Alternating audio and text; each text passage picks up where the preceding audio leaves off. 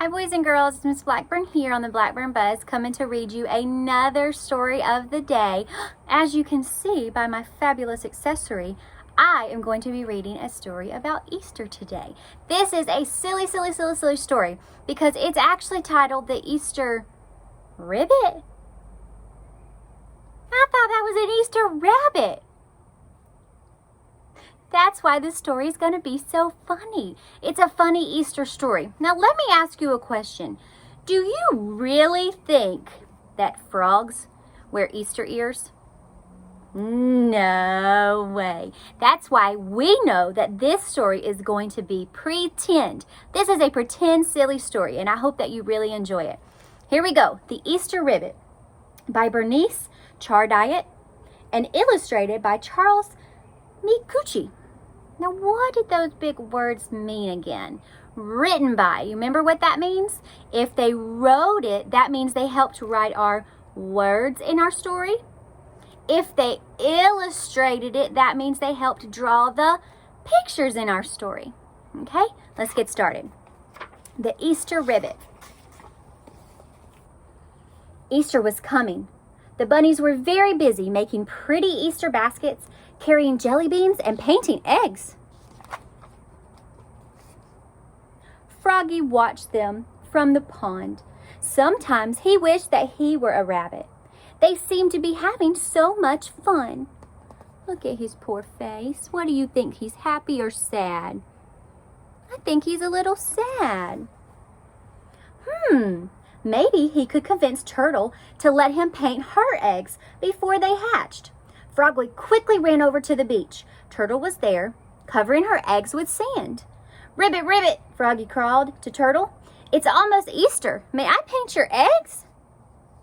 What do you think she's gonna say? "Shh! Keep quiet," Turtle warned.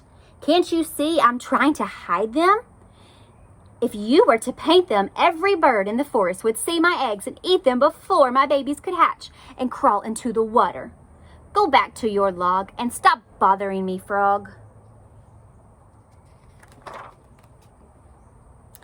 Froggy walked sadly to his favorite hollow log near the rabbit tree, and he crawled inside. After a long time of feeling sorry for himself, he fell asleep and had a dream. In the dream, there was an Easter Ribbit. Not quite a rabbit, but not a frog either. He was rushing through the high grass to deliver Easter baskets to all of the children. The baskets were full of things that Froggy loved. Jelly beans, lollipops, flies, tiny fish eggs, seaweed, delicious mosquitoes too. Yuck! I hope that's not in my Easter basket. Suddenly, a terrible noise woke Froggy. He opened his eyes and he peeked out of his log. The chief Easter bunny had just landed in a helicopter. He was carrying armfuls of lists of all the children who needed Easter presents. Mrs. Rabbit and all of her assistants came running out to greet him. "You are doing a wonderful job," said the chief, "but we need more helpers. Can you handle an extra load of deliveries?" "Oh dear," said Miss Rabbit, "we don't have enough bunnies to deliver the baskets we have. Flossie and Fernie caught colds last night, and I'm afraid they're running fevers now. And Herbert and Henry hurt their feet squeezing under a fence. They can't run until next week. What will we do?" "Advertise," said the chief Easter bunny. Look at those posters he made. "Help wanted, Easter Rabbit. Help wanted, Easter Rabbit." "Call Mrs. Duck's employment agency. She can fly right over the woods and drop off for these positions tonight.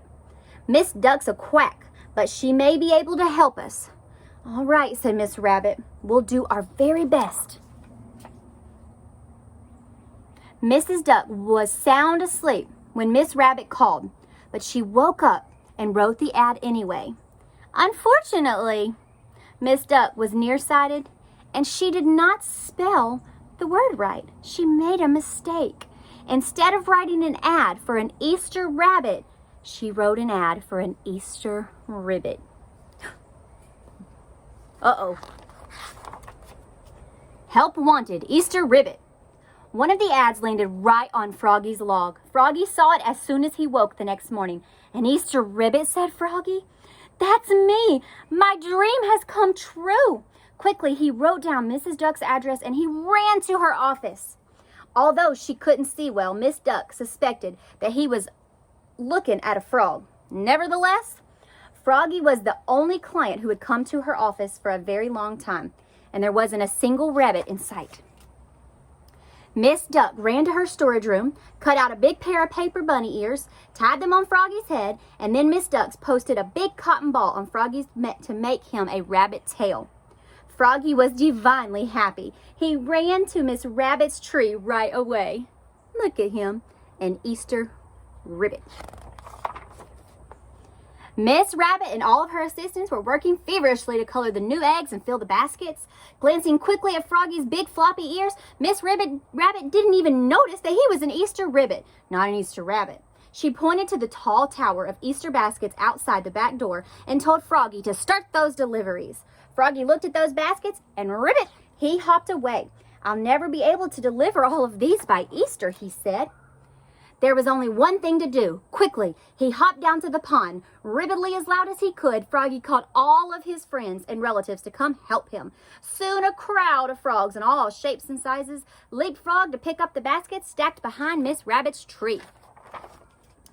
And if you had been anywhere near Froggy's log at the crack of dawn on Easter morning, you would have seen them marching through the meadow to deliver Easter baskets to all of the children.